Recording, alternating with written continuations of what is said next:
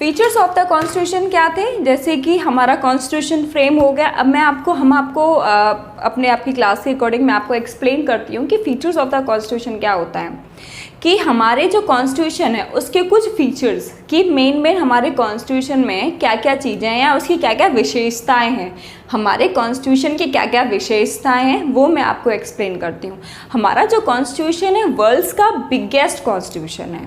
इसके पीछे भी रीज़न है क्यों, क्योंकि हमारा जो कॉन्स्टिट्यूशन है वो बिगेस्ट इसीलिए है क्योंकि एक तो फर्स्ट थिंग कि हमारे इंडिया के अंदर हमारा जो कॉन्स्टिट्यूशन है वो एक ही है। हमारे पास we have many states, we have 28 states India के अंदर, लेकिन हमारे किसी भी स्टेट का अलग कॉन्स्टिट्यूशन नहीं है।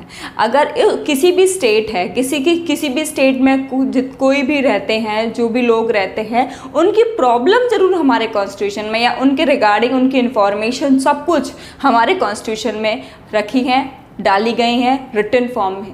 तो ये सारी चीज़ें हमारी 28 स्टेट जो हैं पूरी इंडिया में, हमारे पास हिमालयाज़, हमारे डेजर्ट, हमारे प्लेट्यूज, हमारे आइलैंड्स, मतलब हर किसी की इन्फॉर्मेशन या हर किसी से रिलेटेड इन्फॉर्मेशन हमारे कॉन्स्टिट्यूशन में ऐड की गई है। इसी वजह से हमारे जो कॉन्स्टिट्यूशन है, ये सारी चीज़ें ऐड होने की वजह से हमारे कॉन्स्टिट्यूशन बिगेस्ट कॉन्स्टिट्यूशन बन जाता है। क्लियर? और प्लस हमारी इंडिया के अंदर कितनी डाइवर्सिटी है, रिलीजन बेसिस पे, हमारी कास्ट बेसिस पे, हमारे कल्चर बेसिस पे, हमारी लैंग्वेज के बेसिस पे, मतलब बहुत ज़्यादा डाइवर्सिटी है। तो हमें हर किसी चीज़ को बहुत फोकस करते हुए, मतलब कि कोई भी हमारे जब कॉन्स्टिट्यूशन फ्रेम हुआ था तो हमने किसी भी चीज़ को या किसी भी टॉपिक को इग्नोर नहीं किया, उसको प्रॉपर तरीके से फोकस किया।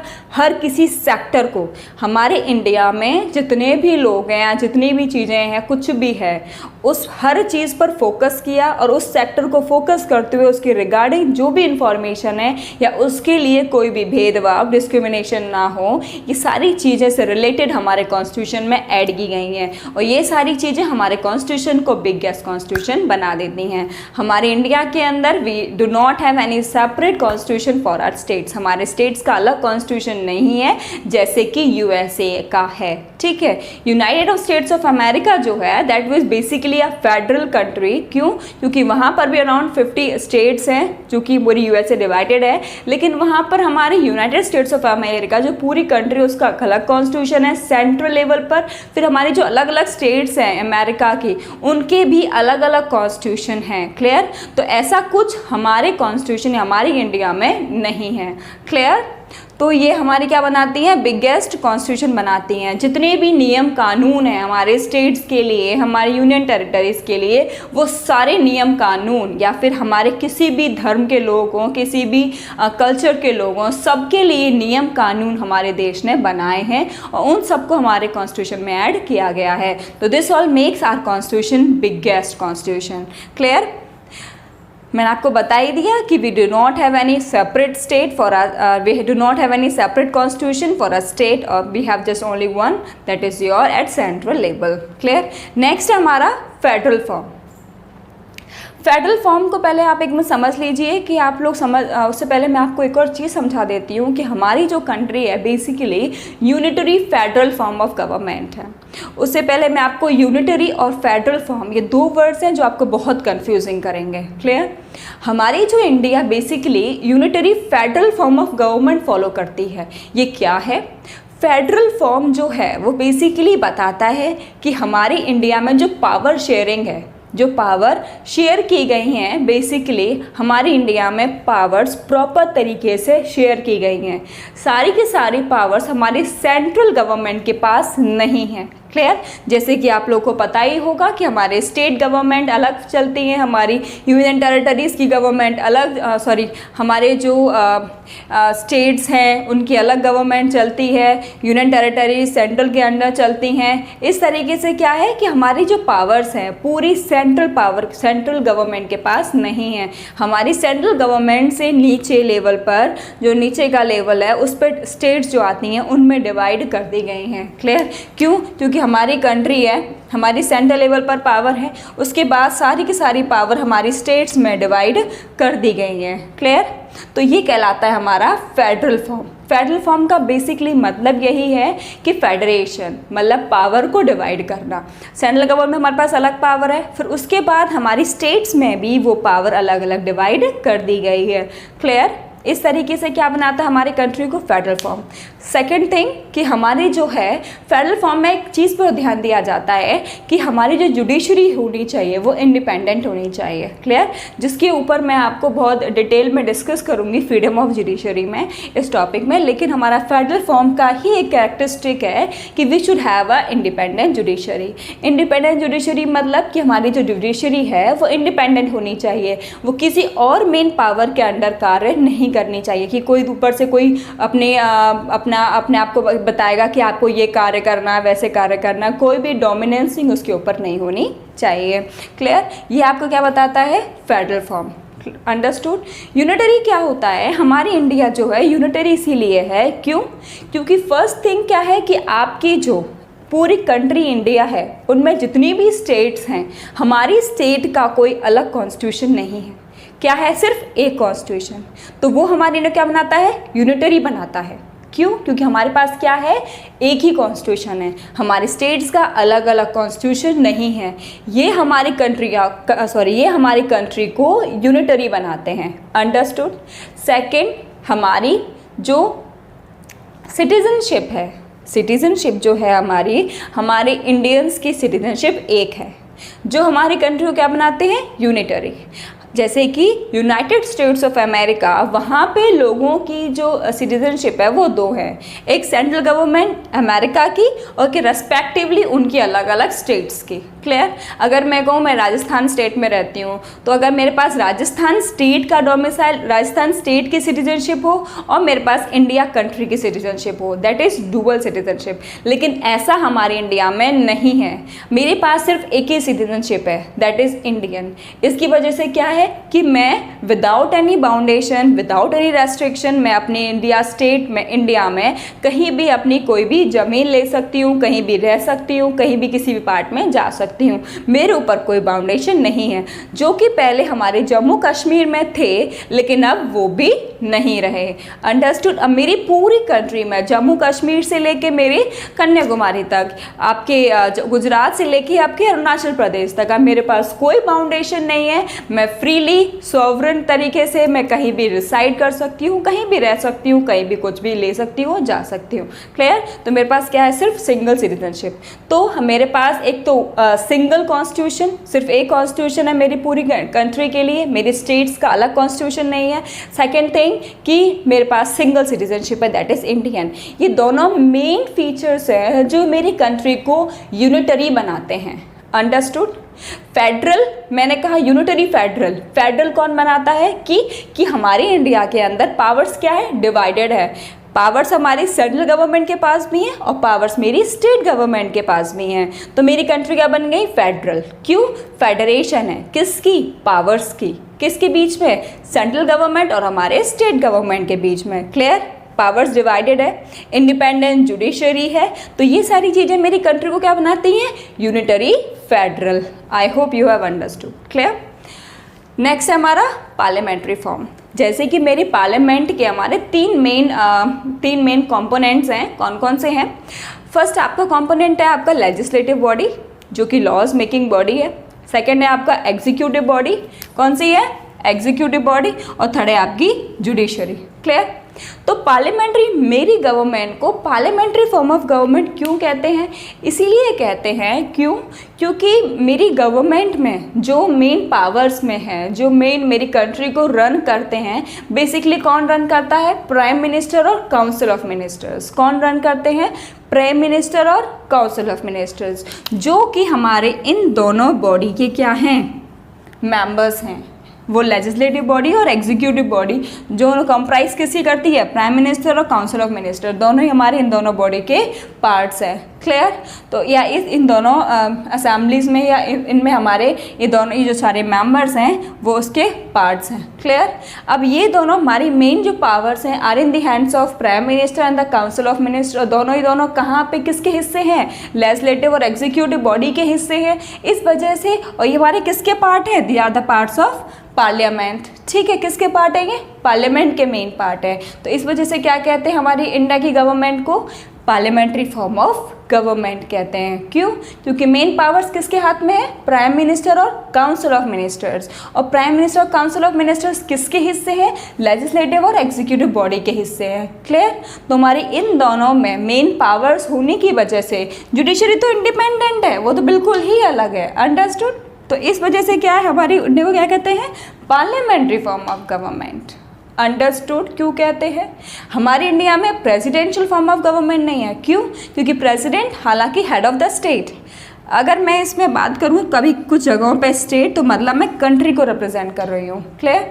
अगर मैं कहूँ जैसे हेड ऑफ द स्टेट है president, that means head of the state, head of the country, लेकिन वो किसके लिए है, जस्ट फॉर द नेम से, जस्ट फॉर द नॉमिनल वे, बस एक मामूली तरीके से उसको हेड ऑफ द स्टेट बनाया गया है। अदरवाइज जो मेन पावर्स हैं are in the hands of PM. Clear? तो हमारी गवर्नमेंट क्या हो गई, parliamentary form of government. Next है आपका फ्रीडम ऑफ जुडिशरी। हमारा जो जुडिशरी है उसको फ्रीडम ऑफ जुडिशरी या इंडिपेंडेंट क्यों कहा जाता है? क्यों? जैसे ही मैंने आपको जस्ट अभी बताया कि मेरी जो पार्लियामेंट के 3 मेन कंपोनेंट्स हैं, लेजिस्लेटिव बॉडी, एग्जीक्यूटिव बॉडी और जुडिशरी। तो जो हमारी जुडिशरी है वो basically is total free from the legislative और एग्जीक्यूटिव बॉडी। किससे फ्री है? Free from both components, legislative body and executive body. हमारा जो जुडिशरी सिस्टम है वो इंडिपेंडेंट फॉर्म ऑफ जुडिशरी इसलिए कहा जाता है क्योंकि वो हमारी लेजिस्लेटिव बॉडी और एग्जीक्यूटिव बॉडी दोनों से ही फ्री है। जैसे कि आपकी राज्यसभा या लोकसभा आपकी असेंबलीज़ हैं जो आपकी कानून बनाते हैं, फिर लॉज को एग्जीक्यूट करवाते हैं, वो हमारी जो जुडिशरी जो बॉडी है उसमें हमारे चीफ जस्टिस हमारे जितने भी एडवोकेट्स हैं वो बेसिकली इन दोनों कंपोनेंट्स के अंदर काम नहीं करते हैं। They are total free. उनके जो नियम कानून तौर तरीके जो उन्हें करना होता है बेसिकली वो कॉन्स्टिट्यूशन के अकॉर्डिंग कार्य करते हैं, लेकिन वो इनके अंडर कार्य नहीं करते, वो बिल्कुल फ्री हैं। इनके जो मेंबर्स के जो भी वर्किंग प्रोसेस है वो बिल्कुल अलग है और हमारे जुडिशरी में जो भी वर्किंग प्रोसेस है वो बिल्कुल अलग है। एक दूसरे के वो कोई भी कार्य में हस्तक्षेप नहीं करते हैं। हालांकि जुडिशरी इंटरप्ट करती है हमारे लेजिस्लेटिव बॉडी, एग्जीक्यूटिव बॉडी के कार्य में। क्यों? अगर इन्होंने कोई भी नियम कानून बनाते हैं, अगर इन्होंने कॉन्स्टिट्यूशन के अकॉर्डिंग नहीं बनाया, रूल्स रेगुलेशंस के अकॉर्डिंग नहीं बनाया, तो जुडिशरी जरूर ही इनके वर्क में इंटरप्ट कर सकती है। क्लियर? बिल्कुल फ्री है। सेकेंड थिंग कि जो जुडिशरी सिस्टम है उसके ऊपर या उसको कोई भी मेंबर, कोई भी प्रेशर ग्रुप या कोई भी कानून या कोई भी पार्टी उसके ऊपर कोई भी प्रेशराइजेशन नहीं कर सकती है किसी भी कानून या किसी भी चीज़ के लिए। अगर कोई गलत है जुडिशरी ने कहा तो वो गलत ही होगा। क्लियर? कोई भी बाहर का कोई भी पार्टी मेंबर, एमएलए, एमपी कोई भी हो या पीएम ही क्यों ना हो, वो हमारे जितना भी जुडिशरी में जो भी वर्किंग सिस्टम है उसके वर्क में या उनके ऊपर कोई भी प्रेशराइजेशन नहीं कर सकता है। सो जो मैंने आपको 2 मेन थिंग्स बताई कि they are independent from legislative and executive body, no other party, no any other member, MLA, MP can pressurise any जज और a judiciary system. That's why all this makes our judiciary independent. Clear?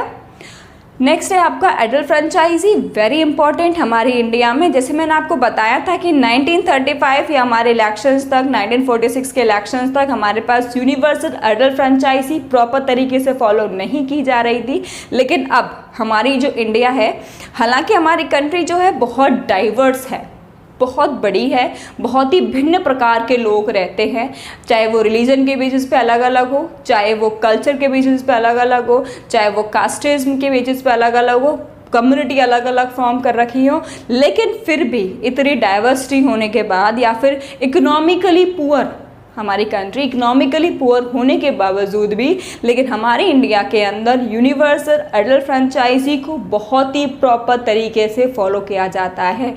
मतलब जो भी हमारे India में basically जो भी those who are above 18 years can cast a vote, और प्रॉपर तरीके से जो प्रोसीजर है वो पूरी तरह से फॉलो किया जाता है, और अपना जितने भी सिटीजन्स हैं हमारे इंडिया में जाकर बहुत अपना जो मत है, अपना वोट जरूर डालते हैं। मतलब इस जो कानून है, जो यूनिवर्सल फ्रेंचाइजी, इसको लोग प्रॉपर तरीके से फॉलो करते हैं। नेक्स्ट है आपका फंडामेंटल राइट्स। फंडामेंटल राइट्स क्या हैं? They are the claims of a individual, ठीक है, फॉर अ सेल्फ डेवलपमेंट और फॉर अ इंडिविजुअल डेवलपमेंट। मैं आपको बताती हूँ कि फंडामेंटल राइट्स क्या हैं, कि ये एक्चुअली ये हमारे इंडिविजुअल अधिकार हैं, हमारे जो इंडिविजुअल अधिकार हैं जो कि हमारी गवर्नमेंट ने हमको दी गई हैं। क्लियर? कि हम इन अधिकारों के ऊपर मेरा अगर सपोज मैं कहूँ मेरे फंडामेंटल राइट्स, तो उन जो हमारे जो 6 बेसिक फंडामेंटल राइट्स हैं उनके ऊपर मेरा पूरा अधिकार है। अधिकार है मतलब कि मैं उन फंडामेंटल राइट्स के अकॉर्डिंग मैं उनको कहीं भी कुछ भी मैं उनको यूज़ कर सकती हूँ। मतलब अगर कोई मेरे फंडामेंटल राइट्स को कोई भी अगेंस्ट जाएगा या उनको मुझे फॉलो करने नहीं देगा, तो मैं उनके खिलाफ कुछ भी कंप्लेन या कुछ भी कर सकती हूँ। मुझे मेरे फंडामेंटल राइट्स को एंजॉय या जीने में या मैं पूरी तरह से उनको इस्तेमाल कर सकती हूँ। Clear? So these all are your fundamental rights. Clear? Fundamental rights एक और चीज़ मैं आपको बाद में डिफरेंशिएशन बताऊंगी कुछ फंडामेंटल राइट्स और आपके directive principles of state policy में। क्लियर? फंडामेंटल राइट्स आपके एक्चुअली गवर्नमेंट ने आपको पूरी तरह से अधिकार दे रखे हैं कि आप right to equality, right to freedom, right to religion, मतलब आपके पास अधिकार हैं। लेकिन आपके इन फंडामेंटल राइट्स में से किसी भी अधिकार का एक्सप्लॉयटेशन होता है, हनन होता है, या फिर कोई आपको आपका राइट टू फ्रीडम एंजॉय नहीं करने दे रहा है। मैंने कहा कि मेरे पास राइट टू फ्रीडम का अधिकार है, मैं इंडिपेंडेंटली कहीं भी जा सकती हूँ और आ सकती हूँ, मुझे इसमें कोई भी रोक नहीं सकता है, जब तक कि मैं किसी दूसरे के अधिकार को या दूसरे को प्रॉब्लम ना क्रिएट करूँ। क्लियर? तब तक मैं अपने अधिकार को फुल्ली तरीके से एंजॉय कर सकती हूँ। क्लियर? तो ये राइट अगर मुझे ये कोई नहीं करने दे तो मैं सुप्रीम कोर्ट या हाई कोर्ट जाके उनका गेट नॉक कर सकती हूँ कि हाँ ये पर्टिकुलर लोग हैं या फिर ये कुछ कम्युनिटी है जो मेरे अधिकार को मुझे एंजॉय नहीं करने दे रही है। क्लियर? लेकिन ऐसा कुछ हमारे नेक्स्ट जो है directive principles of state policy में नहीं है। फंडामेंटल राइट्स आपको समझ में आ गए? ये मूल अधिकार हैं जो हमारी सरकार ने हमको दिए गए हैं। इनको अगर डिफाइन करें, they are the claims given by government for a individual development. Clear? तो नेक्स्ट हमारा directive principles of state policy. Directive principles of state policy क्या होती है कि हमारे गवर्नमेंट ने कुछ प्रिंसिपल्स, कुछ नियम कानून बनाए हैं। ये तो इंडिविजुअल डेवलपमेंट के लिए थे, कुछ नियम कानून हमारी सोसाइटी के डेवलपमेंट के लिए, सोशल, पॉलिटिकल, इकोनॉमिकल डेवलपमेंट के लिए। हमने अपना इंडिविजुअल डेवलपमेंट तो कर लिया, अब हमारी सोसाइटी का डेवलपमेंट कैसे हो। क्लियर? हमारी सोसाइटी का डेवलपमेंट कैसे हो। लोग जैसे कि free and compulsory education 6 to 14 years ज़रूर जाना है। क्लियर? उसके बाद हमारे जैसे कि आप लोगों ने देखा होगा बहुत सारे स्लॉटरिंग हाउसेस, जैसे कि जहाँ पे एनिमल्स को मार दिया करते थे, वो सारे बैन करवा दिए गए, बंद करवा दिए। क्यों? क्योंकि उससे हमारे हमारे जो एनवायरनमेंट के बड़े हिस्से हैं एनिमल्स, उनको मार दिया जाता था। तो उसकी क्या है कि उनकी जो लाइफ है, राइट टू लाइफ जो है, एनिमल्स को भी अधिकार है जीने का, तो हम उन्हें क्यों कैसे मार सकते हैं, तो वो बंद करवा दिए गए। क्लियर? हमारे जो स्कूल्स हैं, ठीक है, हमारे जो स्कूल्स हैं, क्योंकि क्या होता था पहले कि एक्चुअली ये जो मिड डे मील स्कीम है वो हमारे तमिलनाडु से आई थी, वहाँ पे ये स्टार्ट किया गया था कि बच्चे क्या है सुबह स्कूल आते थे, जैसे ही उनका इंटरवल हुआ अपने घर पे खाना खाने गए, उसके बाद जो सेकेंड मीटिंग होती थी अटेंडेंस की, जो स्कूल में फर्स्ट मीटिंग हो गई इंटरवल तक, सेकेंड मीटिंग इंटरवल से छुट्टी तक, लेकिन जो सेकेंड मीटिंग होती थी बच्चे उसको अटेंड करने नहीं आते थे। छुट्टी पे गए, लंच में गए घर पे खाना खाने, फिर वो वहीं पर रह गए, वो स्कूल ही नहीं आते थे। तो इस तरह से क्या हुआ कि हमारी जो मीटिंग्स थी, बच्चों की जो अटेंडेंस थी वो पूरी कंप्लीट नहीं हो रही थी। तो वहाँ पे तमिलनाडु की गवर्नमेंट ने क्या स्टार्ट किया, मिड डे मील स्कीम। तो फिर बाद में हमारी सुप्रीम कोर्ट को बहुत अच्छा लगा ये स्कीम, तो सुप्रीम कोर्ट ने हमारी पूरी अपनी जो अपनी असेंबली है, अपनी जो पार्लियामेंट है, वहाँ पे बताया कि एक कानून बना देना चाहिए कि अब हर गवर्नमेंट स्कूल में मिड डे मील स्कीम चालू करवाई जाए। तो क्या हुआ कि अब हमारे हर स्कूल में, हम लोग देखे होंगे गवर्नमेंट स्कूल्स में हमारी मिड डे मील स्कीम चालू है, एक्टिव हैं। तो क्या हुआ उससे क्या हुआ कि हमारे जो स्कूल बच्चे पढ़ने आ रहे हैं, अब वो दोनों मीटिंग्स अटेंड कर रहे हैं। तो डेवलपमेंट किसका हुआ? हमारी सोसाइटी का डेवलपमेंट हो रहा है ना। हमारे जो बच्चे हैं वो आ रहे हैं स्कूल, दोनों मीटिंग अटेंड करके आ रहे हैं, एजुकेट हो रहे हैं, पढ़ रहे हैं, तो हमारी सोसाइटी का डेवलपमेंट हुआ। तो ऐसे नियम कानून, ठीक है, ऐसे नियम कानून जो हमारी सोसाइटी के डेवलपमेंट के लिए, चाहे वो सोशली हो, जैसे कि औरतों को पूरे अधिकार देना, उनके लिए अच्छे हॉस्पिटल्स खुलवाना, जैसे गांव में लोग हैं, जैसे गांव में आपने देखा होगा कि हमारे डॉक्टर्स, हमारी जो नर्सेज होती हैं, हमारी आंगनवाड़ी आंटियां होती हैं, वो घर घर जाती हैं, जो प्रेग्नेंट वीमेन होती हैं उनको इंजेक्शन लगवा के आती हैं, उनको आयरन, कैल्शियम टैबलेट उनको घर पे दे के आती हैं, ठीक है। तो ये क्या, हमारी सरकार ने कुछ नियम कानून बनाए हैं कि हमें सबका डेवलपमेंट लेके चलना है। जो गांव में है वो हॉस्पिटल्स तक इंजेक्शंस के लिए, टिटनेस वैक्सीन के इंजेक्शन वो नहीं लग पाते हैं, वो नहीं आ पाते हैं, तो उनको अब घर तक वो चीज़ सुविधा प्रोवाइड की जा रही है। तो ये सारे नियम कानून किस में आ गए? हमारे director principles of state policy, कि हमारी कंट्री के लिए हमने कुछ प्रिंसिपल्स, नियम कानून बना लिए हैं ताकि हम अपनी कंट्री का सोशली, इकोनॉमिकली और पॉलिटिकली डेवलपमेंट कर सकें। तो ये हमारे आ गए डायरेक्टिव प्रिंसिपल्स में। I hope you have understood, so keep studying at home, and if you have any doubt तो please at the chat box. Clear? Good luck.